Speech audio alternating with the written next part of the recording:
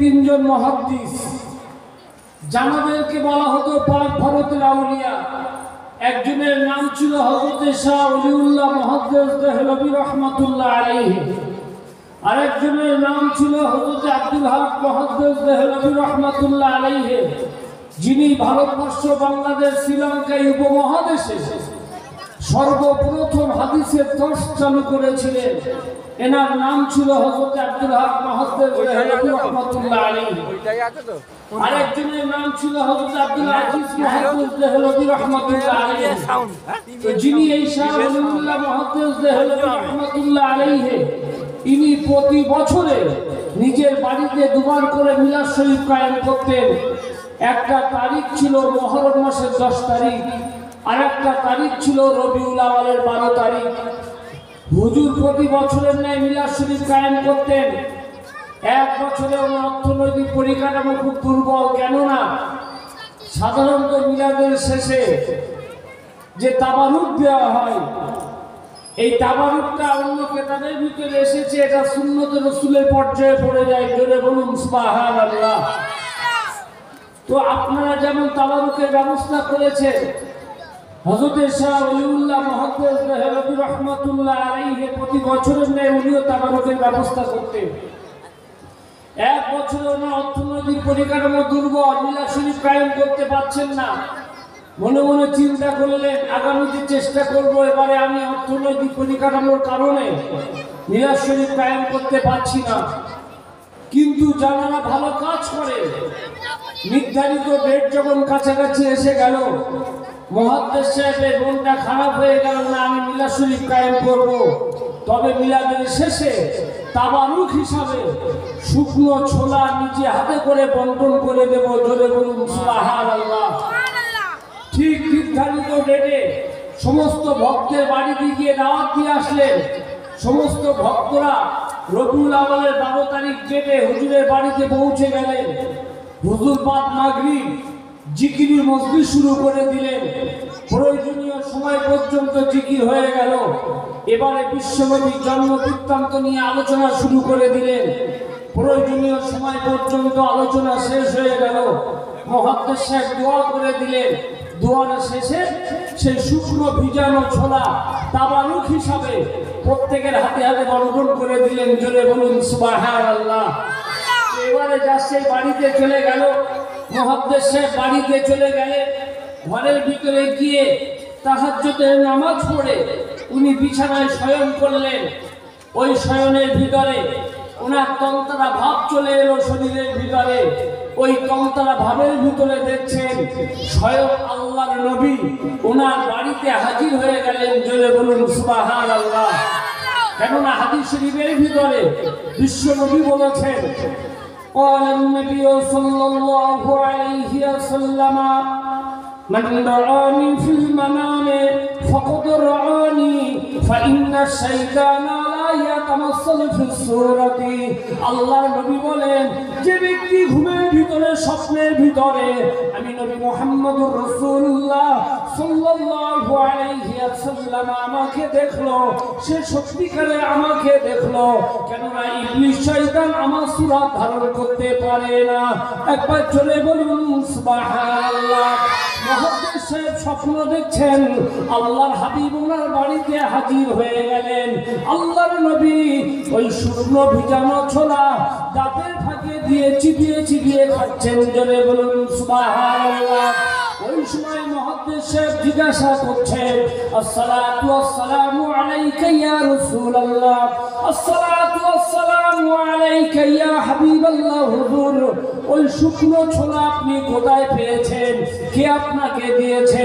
ওই সময় আল্লাহর নবী বলেছিলেন, ও মুহাদ্দিস সাহেব, আপনি না বাড়িতে মিলাদ শরীফ কায়েম করেছিলেন, আর ওই মিলাদের শেষে তাবারুক হিসাবে শুকনো ভিজানো ছোলা নিজে হাতে করে বন্টন করেছিলেন। ওই সময় আল্লাহর মালায়েকারা ওই শুকনো ছোলাটা নিয়ে আমি নবী মুহাম্মদুর রাসূলুল্লাহ সাল্লাল্লাহু আলাইহি ওয়াসাল্লাম আমার মাজার মুকদ্দাসে পৌঁছে দিয়েছে। একবার জোরে বলুন সুবহানাল্লাহ। তাহলে এবারে বুঝুন এই মিলাদ শরীফের কত বড় মর্তবা মর্যাদা আমার আল্লাহ দিয়েছেন। শুধু তাই নয়, আমার আল্লাহ পাক রব্বুল আলামিন কোরআন শরীফের ভিতরে বলেছেন, বিসমিল্লাহির রহমানির রহিম, ইয়া আইয়ুহাল্লাযীনা আমানু দুখুলু ফিস-সিলমি কাফা ولا تتبعوا خطوات الشيطان إنه لكم عدو مبين। আমার আল্লাহ পাক রব্বুল আলামিন বলেন, হে জগতের ঈমানদার মুসলমানেরা, তোমরা আদাদি নয়, পুরোপুরি ভাবে ইসলামের ভিতরে দাখিল হয়ে যাও। ওয়ালা তাত্তাবিউ খুতুওয়াতিশ শাইতান, তোমরা যেন শয়তানের তাবেদারি করো না। ইন্নাহু লাকুম আদুউম মুবিন, নিশ্চয় শয়তান হচ্ছে মুমিনের প্রকাশ্য দুশমন ও শত্রু। ভাই, শয়তান আমাদের বন্ধু না দুশমন? দুশমন। শয়তানকে আপনারা চোখে দেখেছেন? দেখেছেন? কেটা দেখেছেন? একটু হাত তোলেন। শয়তানকে চোখে দেখেছেন? বাবা, এই ছেলেটা তো বিশাল। তুমি দেখেছো? খুব ভালো করে বোঝে। পৃথিবীতে শয়তান হচ্ছে দুই প্রকার। এক প্রকারের শয়তান হচ্ছে জাতির বীজ। যদি কোনো মুসলমান শয়তানের চক্রান্তে পড়ে যায়, লা হাওলা ওয়ালা কুওয়াতা ইল্লা বিল্লাহিল আলিয়্যিল আযীম, পড়ার সাথে সাথে শয়তান তার থেকে তফাৎ হয়ে যাবে। কিন্তু আরেকটা শয়তান আছে, যতই লা হাওলা পড়েন তফাৎ হবে না। এটা প্রতিটা মানুষের ভিতরে লুকায়িত। এই শয়তানটা হচ্ছে নফসের শয়তান। কেন? একে জব্দ করতে গেলে দুটো কাজ করতে হবে। একদিকে শরীয়তের কশাঘাত, আর অপর দিকে বেশি বেশি করে রোজা করতে হবে। বন্ধুগণ, শুনে রেখে দিন, হাদিস শরীফের ভিতরে আমার আপনার নবী হাবিবুল্লাহ বিশ্বনবী মুহাম্মদুর রাসূলুল্লাহ সাল্লাল্লাহু আলাইহি ওয়াসাল্লাম বলছেন, শয়তান যখন মানুষের অন্তরে আধিপত্য বিস্তার করে, ইবলিস শয়তান আর নফসের শয়তান যখন একত্রিত হয়ে আলা ওয়াহিয়াল কলব, এই কলবের উপরে উপবেশন করে, এর মানে আপনার কিনা তখন তাদের দ্বারাই কুমন্ত্রণা প্রদান করে, তাদের দ্বারাই শরীয়ত বিরোধী কাজ, হারাম কাজ তাদের দ্বারাই সাধিত হয়। হযরত জুনায়েদ বাগদাদী রাহমাতুল্লাহ আলাইহি, বাগদাদ শরীফে বাড়ি, ইনি একদিন রাতের বেলা স্বপ্ন দেখছেন যে আল্লাহর জমিন ভেদ করে একটা ইঁদুরের বাচ্চার আকৃতি নিয়ে একটা জানোয়ার আল্লাহর জমিনের উপরে ঘোরাফেরা করছে। হযরত জুনায়েদ বাগদাদী রাহমাতুল্লাহ আলাইহি কি করলেন? ওই স্বপ্নের ভিতর দিয়ে একটা লাঠি নিয়ে ওই ইঁদুরের বাচ্চা নামক যে জানোয়ারটা আল্লাহর জমিনের উপরে ঘোরাফেরা করছে তারই গায়ে আঘাত করলেন। যেই না আঘাত করলেন, সঙ্গে সঙ্গে একটা বন্য জানোয়ারের আকৃতি ধারণ করেছে। আল্লাহর ওলি অবাক হয়ে গেলেন, আঘাতেও পাচ্ছেন না, পিছুতেও পাচ্ছেন না। বেশ কিছুক্ষণ নিজেকে সামলে নেওয়ার পরে জিজ্ঞাসা করলেন, ওহে তুমি কে? তুমি কোন জগতের প্রাণী? ও তখন বলছে, ওহে আল্লাহর ওলি জুনায়েদ বাগদাদী, শুনে রেখে দাও, তুমি যদি আমাকে পরপর আঘাত করে যেতে, আমি বিভিন্ন রূপের আকৃতি ধারণ করতাম। আমি এই জগতের কোনো প্রাণী নই, আমি হলো আত্মিক জগতের প্রাণী। মানুষ যখন আল্লাহর জিকির করে, মানুষ যখন আল্লাহর ইবাদত করে, যত বেশি ইবাদত করে তার ডবল শক্তি নিয়ে তার সঙ্গে সংগ্রাম করি, আল্লাহর ইবাদত থেকে তার বহিষ্কার করার চেষ্টা করি। এটাই হচ্ছে আমার কাজ। আমার নাম হচ্ছে নফস। খুব ভালো করে বুঝুন, এই নফসের সঙ্গে জিহাদ করে, লড়াই করে যারা জয়লাভ করেছে, তারা আল্লাহ হাসিল করেছেন, তারা নবী হাসিল করেছেন। আর এই জয়লাভ করতে গেলে শরীয়তের কশাঘাত, তার মানে বিশ্ব নবী আজ থেকে ১৫০০ বছর আগে যখন আপনার কিনা বিদায় হজ করলেন, কম বেশি লক্ষাধিক সাহাবাই কেরামদেরকে নিয়ে, ওই সময় সমস্ত সাহাবাই কেরামদেরকে নিয়ে আল্লাহর নবী আরফার ময়দানে হাজির হলেন।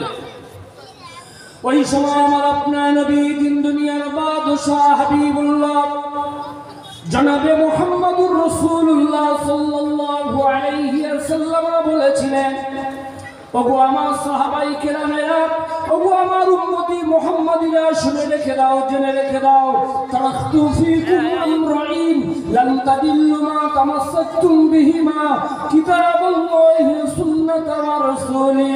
ও আমার সাহাবাই কেরামেরা, ওগো আমার উম্মতি মুহাম্মাদিরা, শুনে রেখে দাও, জেনে রেখে দাও, আমি নবী মুহাম্মদুর রাসূলুল্লাহ সাল্লাল্লাহু আলাইহি ওয়াসাল্লাম আমি তোমাদের কাছ থেকে পর্দা নেব, আমি তোমাদের কাছ থেকে বিদায় হয়ে যাব। তবে দুটো জিনিস আমি তোমাদের কাছে রেখে যাচ্ছি, এই দুটো জিনিস তোমরা আঁকড়ে ধরবে। এক নম্বর কথা হলো কি, আল্লাহর কোরআন আমার উপরে নাযিল হয়েছে, এই কোরআন তোমাদের কাছে রেখে যাচ্ছি, এই কোরআনকে তোমরা আঁকড়ে ধরবে, কোরআনী জীবন তোমরা তৈরি করবে।